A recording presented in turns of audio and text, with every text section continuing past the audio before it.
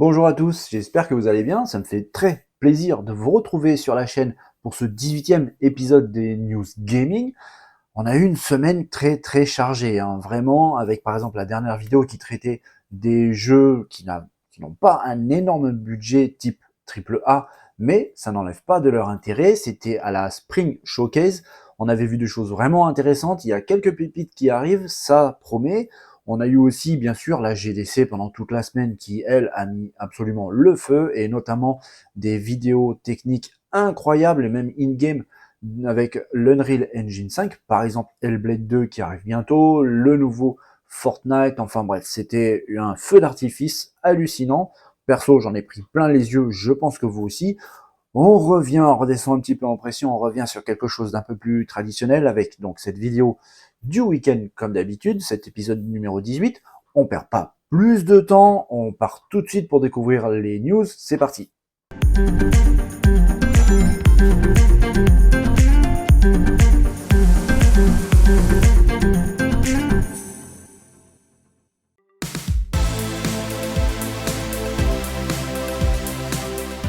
Mario Kart, premier du nom, sur la Super Nintendo japonaise, ici en version japonaise, Super Famicom. Mais il y a eu beaucoup de concurrents qui ont essayé de rivaliser. Certains, franchement, ils y sont arrivés. Aujourd'hui, on a une nouveauté qui reprend un petit peu l'esprit Mario Kart. Le jeu a l'air génial. Il y avait pas mal de rumeurs, hein. On savait que le jeu allait arriver. Aujourd'hui, on a enfin une bande-annonce, un trailer vraiment fun. Je vous montre ça de suite. Il s'agit tout simplement de Lego 2K Drive. Oui, un espèce de Forza Horizon mélangé avec Mario Kart, voire même mélangé avec Sega All-Star Racing. Le jeu a l'air délirant, fun, drôle, très intéressant avec énormément de possibilités. On le voit là, hein, avec ce gameplay qui a l'air absolument génial. C'est coloré, c'est nerveux, c'est rapide. Je pense que ça promet des heures et des heures de fou rire. Bien sûr, il est multijoueur. Le jeu arrive bientôt, en fait, il sort le 19 mai prochain. Il sera disponible sur PS4, PS5, sur Xbox One S et X. Il sera aussi disponible sur Nintendo Switch et sur PC via Steam ou l'Epic Game Store. Il offrira un large contenu de mode solo, coopératif, compétitif, multijoueur, que ce soit en local ou même en écran partagé. Ça peut être très intéressant. Il y aura énormément de choses en plus. Le prix du jeu en mode standard sera de 59,99€ pour la version PS4 et Xbox One. Il passe à 69,99€ pour la PS5 et les Xbox Series S et X. Il y a d'autres versions, l'édition super géniale, ça me fait rigoler, à 99,99€. Une version Revo super géniaux à 119,99€. Bien sûr, ce sont des versions avec un contenu amélioré, plus de voitures, plus de personnages, plus de décors, plus de possibilités. Bref, le jeu s'annonce vraiment fun. Ça promet vraiment des bonne période de rigolade entre copains. Il arrive bientôt, comme je vous l'ai dit, le 19 mai prochain. Et d'ailleurs, l'éditeur 2K Games a déclaré qu'il s'agit du premier titre à venir dans le cadre de ce partenariat avec Lego. En fait, il y avait une rumeur qui courait sur un deuxième jeu de sport avec la licence Lego. Ben là, en fait, l'éditeur vient juste de le confirmer. S'il est du même niveau, même acabit que ce Drive, ça promet. En tout cas, on attend ça avec impatience. Moi, ça y est, c'est noté sur mon agenda pour le 19 mai. Celui-là, il m'intéresse vraiment.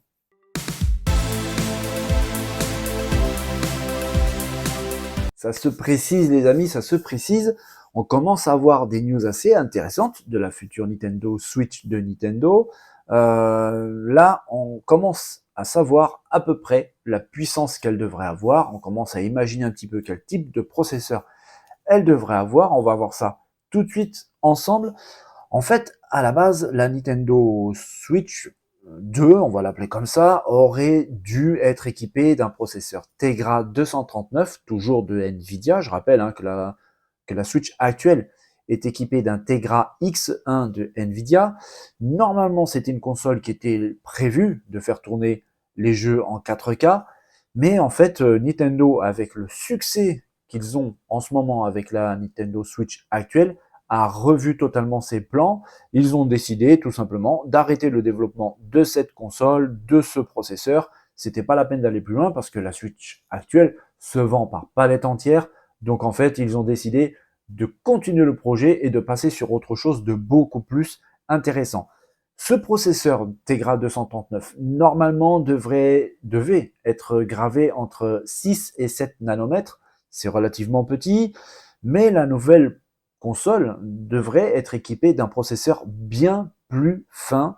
En fait, le processeur, normalement, est gravé par Samsung en partenariat avec Nvidia et il devrait avoir une finesse de gravure de l'ordre du 5 nanomètres.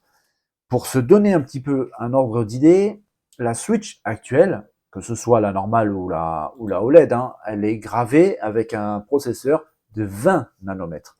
Donc on passerait de 20 à 5 nanomètres. Le gap est immense, la différence est vraiment, vraiment colossale. Qu'est-ce que ça permet? Alors, évidemment, vu que la finesse de gravure est beaucoup plus fine, ça permet d'avoir un processeur beaucoup plus efficient, c'est-à-dire qu'à puissance égale, il consommera beaucoup moins d'énergie, donc on peut imaginer une bien meilleure autonomie au final, mais aussi une puissance de gravure beaucoup plus fine permet d'avoir un processeur bien plus rapide, bien plus puissant. Alors, c'est à mettre en rapport aussi avec, par exemple, la vitesse de la bande passante, la puissance et la rapidité de la mémoire embarquée au sein de la machine. Pour l'instant, on a des informations seulement sur ce processeur, mais en tout cas, ça commence vraiment à devenir intéressant. L'info est quand même assez croustillante parce que le processeur devrait être vraiment, vraiment beaucoup plus puissant que le Tegra X1 qui équipe la Switch actuelle. Ça permettra notamment, par exemple, aux développeurs, que ce soit internes de chez Nintendo, alors les éditeurs tiers, de s'éclater beaucoup plus et pouvoir proposer des jeux beaucoup plus intéressants, graphiquement, techniquement, beaucoup plus solides, beaucoup plus aboutis. Il se dit que la machine aurait probablement la même puissance qu'une PS5 ou qu'une Xbox Series X. Sincèrement, c'est intéressant. Et ça rejoint une petite info que je parle très très régulièrement sur la chaîne, ce fameux contrat que Microsoft a passé avec Nintendo pour pouvoir porter le jeu Call of Duty sur les machines de Nintendo. Vous voyez où je veux en venir? Une Switch beaucoup plus puissante que celle actuelle qui permet en plus de profiter des avancées de Nvidia, par exemple le ray tracing, le DLSS, qui permet d'avoir des jeux visuellement vraiment impressionnants. Call of Duty sous la couette dans le lit sur une console portable, franchement ça le fait. Moi en tout cas j'ai bien envie de voir ça. Et en parlant de ce deal avec Microsoft, j'ai une prochaine news très très intéressante parce que des infos viennent d'arriver. On en parle tout de suite.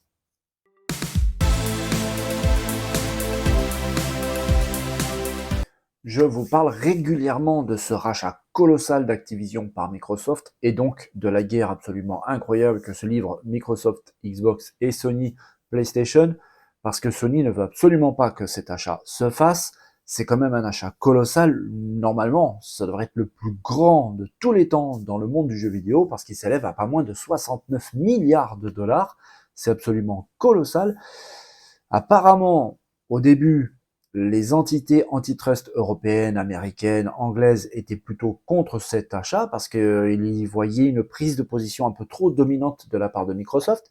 C'était d'ailleurs l'argument premier de Sony qu'il disait qu'avec un achat pareil, Microsoft rendrait Call of Duty exclusif aux machines Xbox et donc priverait les joueurs PlayStation d'un titre majeur. Mais en fait, Microsoft a mis beaucoup d'arguments, a montré des choses, des documents officiels, d'ailleurs des documents même top secrets. Il faut savoir qu'au jour d'aujourd'hui, les instances européennes et anglaises connaissent le nom de code des futures machines Xbox. Donc en gros, on sait maintenant quasi officiellement que Microsoft ne se tourne pas les pouces, c'est à l'image de Sony qui prépare le futur avec la PS6. Xbox travaille aussi sur la future génération de consoles, mais avec tous ces documents donnés, par exemple à la CMA, qui est l'entité antitrust anglaise, Microsoft a rassuré tout le monde. Et finalement, cette entité antitrust anglaise a commencé à changer d'opinion. Au début, ils pensaient un petit peu comme Sony. Ils voyaient ça un petit peu d'un mauvais œil, que Microsoft pourrait profiter un petit peu de sa position majeure avec maintenant l'acquisition d'Activision pour rendre Call of Duty exclusif. Mais finalement, tous les documents et toutes les preuves données par Microsoft ont fait changer un petit peu l'opinion de la CMA. Ils ont notamment déclaré que l'analyse actualisée montre maintenant qu'il ne serait pas commercialement avantageux pour Microsoft de faire Call of Duty une exclusivité sur Xbox à la suite de l'accord du rachat, mais qu'au contraire, Microsoft sera toujours incité à continuer à proposer le jeu sur PlayStation. Alors, ça rejoint vraiment ce que Microsoft a toujours argumenté, c'est-à-dire rendre Call of Duty disponible au plus grand nombre et au plus grand nombre de consoles. Et en cela, ça rejoint un petit peu ce qu'ils ont fait tout récemment avec le contrat avec Nvidia, le contrat avec Nintendo, pour rendre le jeu à ces machines, que ce soit Nvidia donc plutôt en streaming, Nintendo avec les futures consoles Nintendo, on en a parlé juste avant, vous vous souvenez, mais ça fait sens, Nintendo a toujours déclaré ça. La CMA anglaise a mieux compris avec les nouveaux documents délivrés par Microsoft la démarche de l'américain et se dit finalement ça c'est plus intelligent de Microsoft pour Microsoft de faire ça parce qu'il est vrai, on va pas se mentir, on fait un achat d'une telle ampleur, 69 milliards de dollars, on se retrouve en gros propriétaire de Call of Duty. Il serait totalement absurde et bête de ne pas proposer ce jeu à un parc faramineux, gigantesque de PS4, de PS5. Il serait vraiment dommage de ne pas proposer ce jeu à un parc absolument colossal de Nintendo Switch. C'est se tirer une balle dans le pied. Il est vrai que si Microsoft gardait Call of Duty en exclusivité, évidemment, il gagnerait quand même beaucoup de joueurs qui viendraient chez eux. Mais rendre le jeu à tout compatible à toutes les autres machines, même en streaming avec Nvidia, vous vendez un nombre incroyable de copies. Call of Duty fait partie des jeux qui se vend le plus à chaque nouvelle série, à chaque nouvelle génération. Ça fait partie des jeux les plus vendus au monde, au même titre qu'un Zelda, au même titre qu'un GTA. Call of, c'est un banger à chaque génération. Le jeu se vend à des millions et des millions d'exemplaires. Il fait rentrer une somme colossale d'argent à l'éditeur. Microsoft serait bien avisé de rendre ce jeu compatible avec toutes les machines, même concurrentes. Et Sony, avec ce changement de cap total de la CMA, se retrouve bien isolé. Tous ces arguments concernant Call of Duty, comme quoi Microsoft pourrait le rendre un jeu buggé pour la PS4 et la PS5, ne tient absolument pas debout. Ça n'est vraiment pas dans l'intérêt de Microsoft de faire ça. Il se tirerait une balle dans le pied absolument pathétique.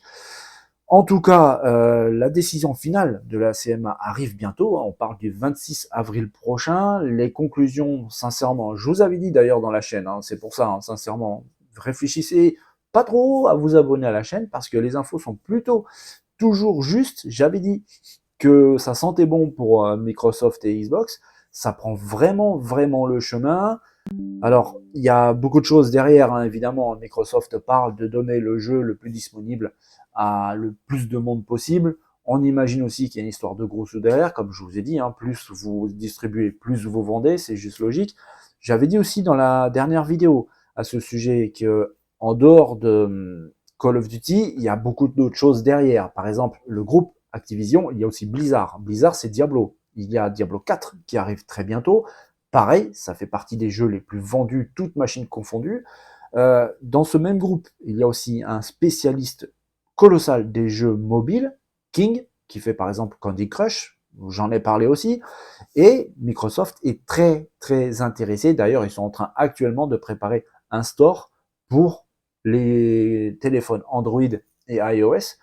Donc, ce rachat d'Activision Blizzard est vraiment plus grand que Call of Duty. Évidemment, c'est ce qui cristallise un petit peu tout ça parce que c'est le jeu le plus connu. Ça embête énormément Sony. On verra, le 26 avril approche, la CMA va donner son accord ou pas, je pense vraiment qu'il y aura le feu vert. Très peu de temps après, il y aura l'accord aussi, en tout cas la déclaration de la Commission européenne, et on attend aussi la déclaration de la FTC américaine, mais sincèrement, je pense que bientôt on aura le fin mot de cette histoire, et Microsoft va se retrouver avec un groupe de développeurs vraiment colossal.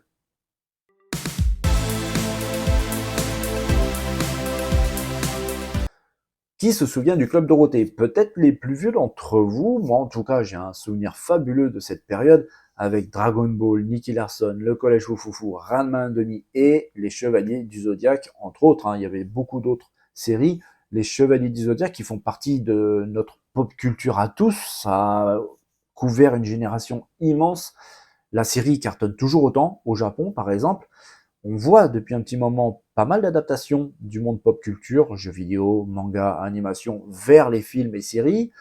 Il y a un film, Les Chevaliers du Zodiaque, qui arrive bientôt, le 12 mai, dans toutes les salles. Personnellement, j'ai envie d'y croire, j'ai envie de mettre une petite pièce dessus, parce que il y a toujours ce petit syndrome, on va dire, Dragon Ball Evolution, pour ceux qui d'une œuvre majeure de la pop culture. J'ai pas envie de voir ça saccagé avec un film, mais bon, pourquoi pas, peut-être qu'ils peuvent faire des efforts. En tout cas, avec les effets spéciaux d'aujourd'hui, absolument tout est possible. Je rêve de voir un Dragon Ball avec des vrais acteurs, ça pourrait être fabuleux si vraiment ça serait sérieux. Là, les Chevaliers du Zodiaque, ça sort le 12 mai, on va voir ce qu'il en est. Perso, j'ai un peu confiance, j'ai cette petite appréhension qui reste tout de même là, mais on attend de voir. Dites-moi en commentaire si vous êtes hypé par le film, si vous aimez déjà la série Les Chevaliers du Zodiaque, si vous connaissez toute cette période Dragon Ball, Nicky Larson et compagnie, dites-moi dans les commentaires ce que vous en pensez, est-ce que vous avez peur ou pas peur.